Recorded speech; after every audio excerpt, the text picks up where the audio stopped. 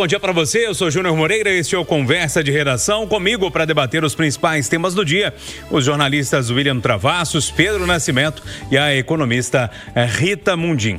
Olha só, pessoal, o presidente da Câmara dos Deputados, Hugo Mota, afirmou que a casa não vai permitir que companhias aéreas cobrem tarifas adicionais pela mala de mão e que pretende colocar em votação a urgência de um projeto de lei que proíbe essa cobrança. Se for assim, o projeto pode ser votado diretamente no plenário da Casa, sem passar por comissões, com esse pedido de urgência.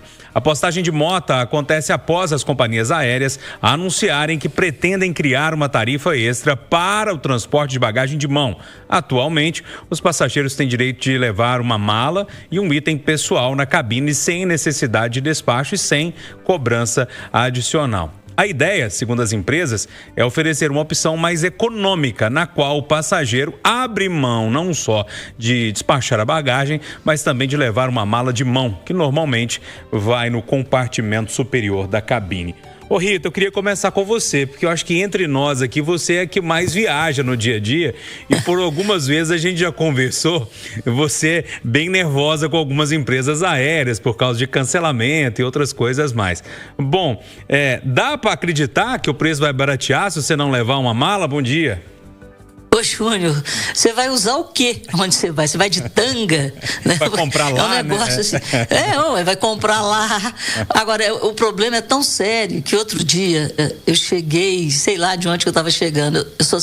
Já sei, de Campinas. O tempo que eu levei para guardar a bagagem foi 2 vezes o tempo voado. Então, você imagina, se já está assim, quando você despacha a bagagem, geralmente você paga pela bagagem despachada e você fica 2 vezes o tempo que você voou esperando a bagagem, um verdadeiro caos mesmo. Eles colocam na mesma esteira em Confins, e é um problema de Confins, bem localizado. Eles chegam a colocar 4, 5 voos numa mesma esteira. Então, isso demonstra a falta de mão de obra ou a falta de logística no transporte da bagagem do avião, quando ele desce, quando ele pousa, até a esteira. Mas vamos voltar para o assunto. É um absurdo, porque, na verdade, não vai haver nenhum tipo de barateamento. A gente sabe disso. Então, sempre... Eles estão aprendendo, Eles estão aprendendo com o próprio governo. O exemplo é muito forte. Vamos cobrar mais uma taxa, vamos cobrar pela bagagem. Agora tiraram, dependendo da duração do voo, nem água estão servindo mais. Então, é isso que está acontecendo. O serviço está cada vez pior e querem cobrar cada vez mais tarifas por um serviço que está muito ruim.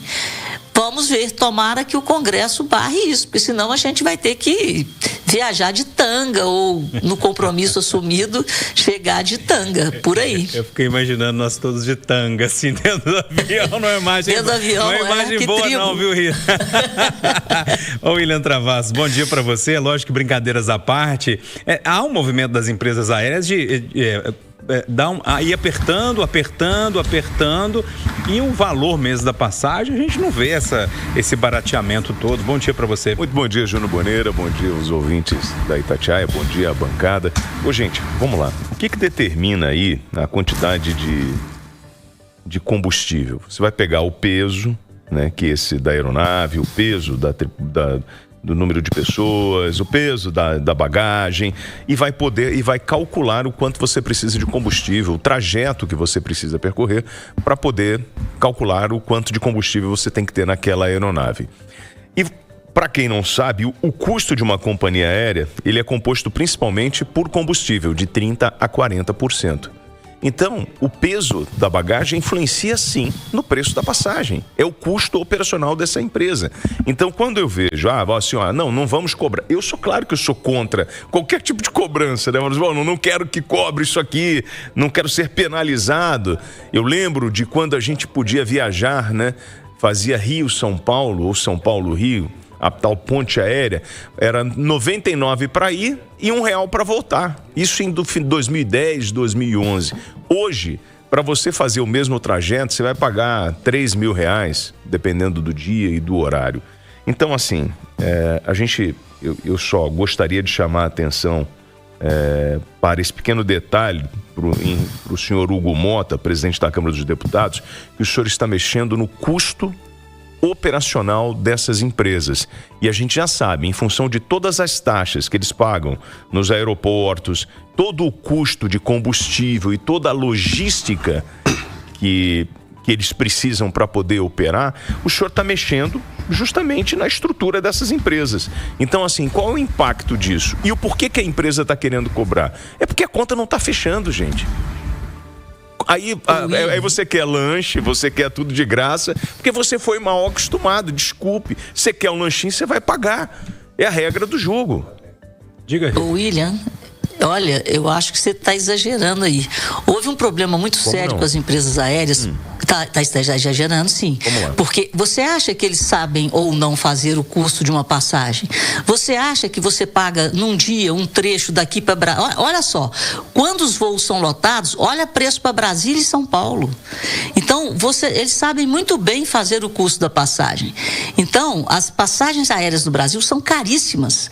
E eles tiveram um problema de gestão na época da pandemia. A Azul, a Gol, está todo mundo aí em recuperação judicial. Mas foi um problema da pandemia. E eles não podem repassar esse problema que eles estão tendo de gestão, de excesso de voos para a população. Porque eu acho que não é por aí, não. É a passagem aérea uma das mais caras do mundo. Do mundo.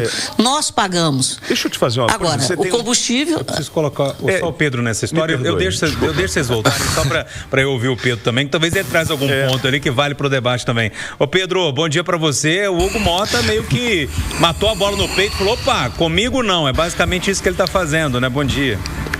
Bom dia, bom dia. Não queria interromper o bate-boca não, porque estava interessante, mas eu queria acrescentar, na verdade, mais um dado em relação a essa discussão que a gente está tendo. As empresas aéreas, de fato, concordo com a Rita, estão passando do ponto, né? Realmente cobrando aí taxas que são abusivas, né, para o consumidor. E tem um dado aqui que é da ANAC, né, que é a Agência Nacional de Aviação Civil, que desde 2024 passou a publicar aí o faturamento dessas empresas, né? O setor aéreo brasileiro, né, incluindo essas grandes empresas de aviação, né, faturou 68 bilhões de reais ao longo de 2024, isso com todas as dificuldades. Teve um custo operacional de 63 bilhões de reais. Claro, tem empresa aí que tá operando no azul, tem empresa que está operando no vermelho, mas no geral, a aviação civil ainda continua porque está dando dinheiro. E se está dando dinheiro, a gente tem que imaginar que essas empresas, elas não estão abrindo mão de prejuízo, elas não estão tendo prejuízo para poder fazer isso pro cliente.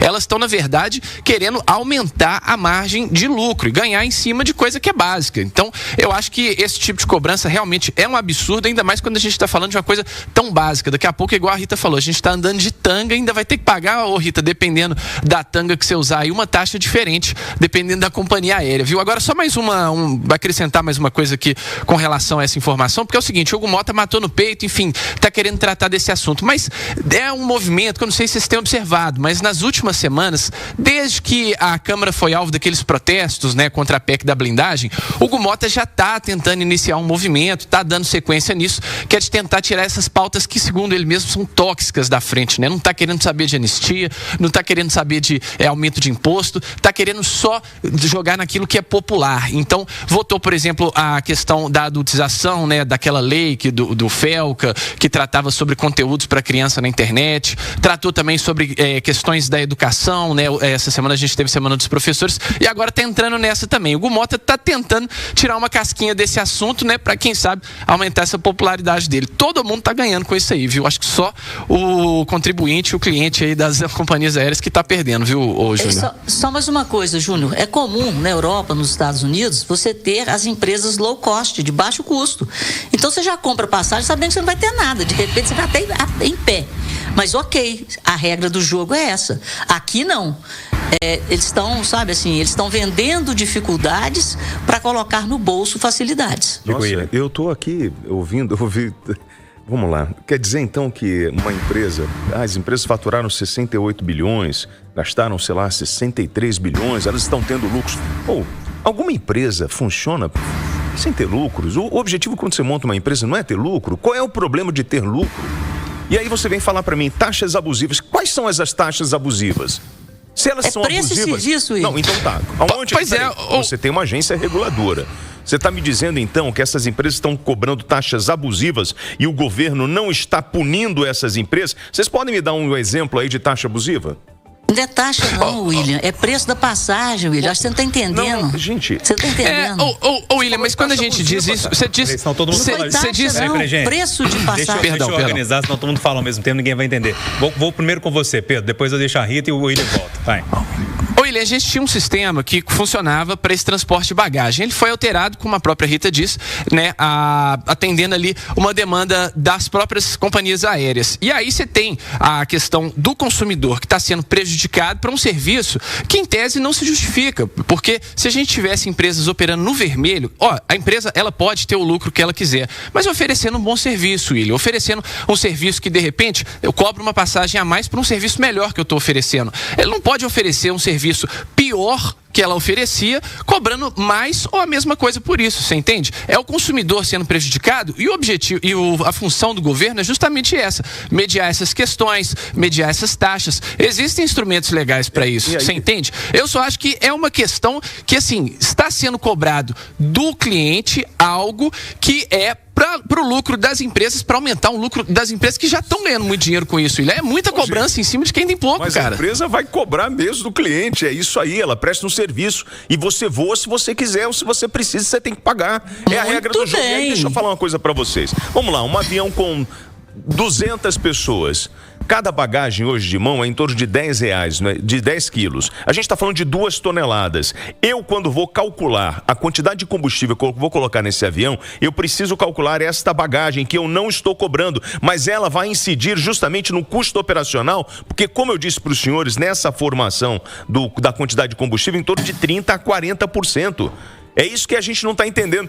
O que vocês não estão entendendo é que, assim, tudo bem, vocês querem, então, mexer no cálculo do custo operacional dessa empresa e repassar para ela esse custo para que ela seja Você não está entendendo, porque ela quer aumentar a margem. Uma matéria popular, gente...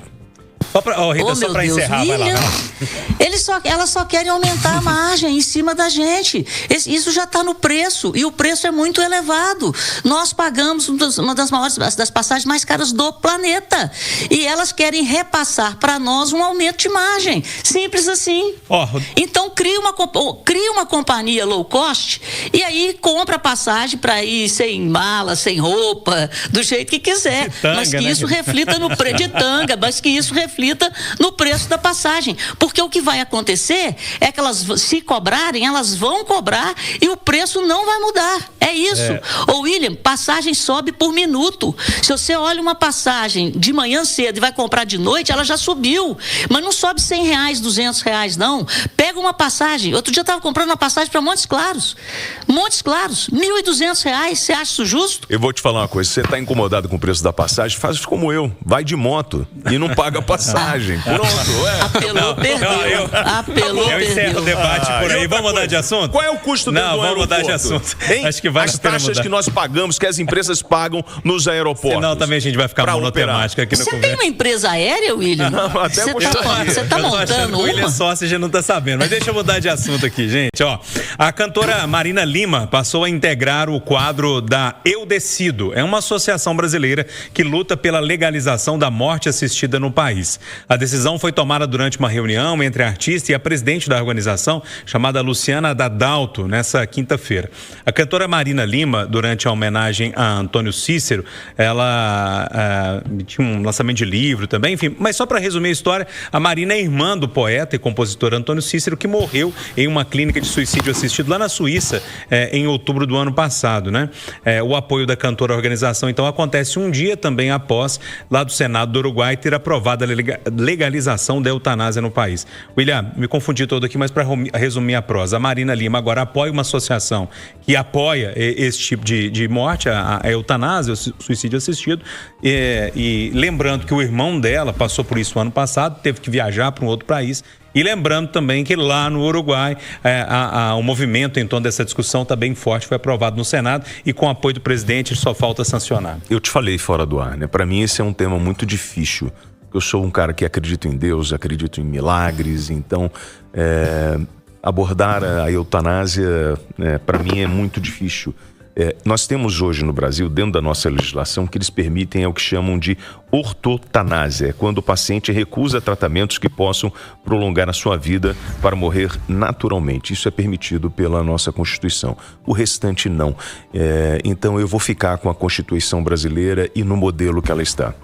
Ô Pedro, é um assunto dificílimo de conversar, até porque o William já começou colocando um tempero nesse debate, que é o tempero da fé, e dificilmente a gente vai conseguir tirar esse tempero desse debate, né? Exato, o tempero da fé, a gente tem a questão legal e a gente tem também o fato de que esse é um debate altamente recente, né? A gente vê casos, por exemplo, na Europa, nos Estados Unidos, onde esse debate já é um pouco mais antigo e mesmo lá a gente tem polêmicas e países que são liberais em diversos aspectos, mas que têm essa prática de proibir a eutanásia ou esse assunto ainda ser considerado um tabu.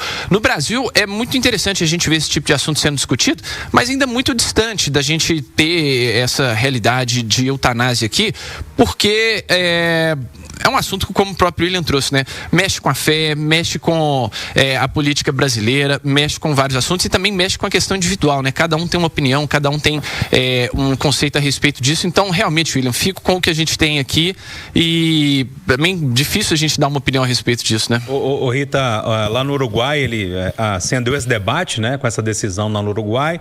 No outro dia, Marina Lima veio e falou, eu vou entrar nessa associação, quero apoiar, lembrando do irmão dela no ano passado e tudo isso. É um debate que parece que começa a ser fomentado, um pouco mais fomentado aqui na América Latina, que lá na Europa, nos países nórdicos, é um pouco mais pacificado. Mas pra gente aqui, repito, tem esse ingrediente da fé que é muito complicado, né?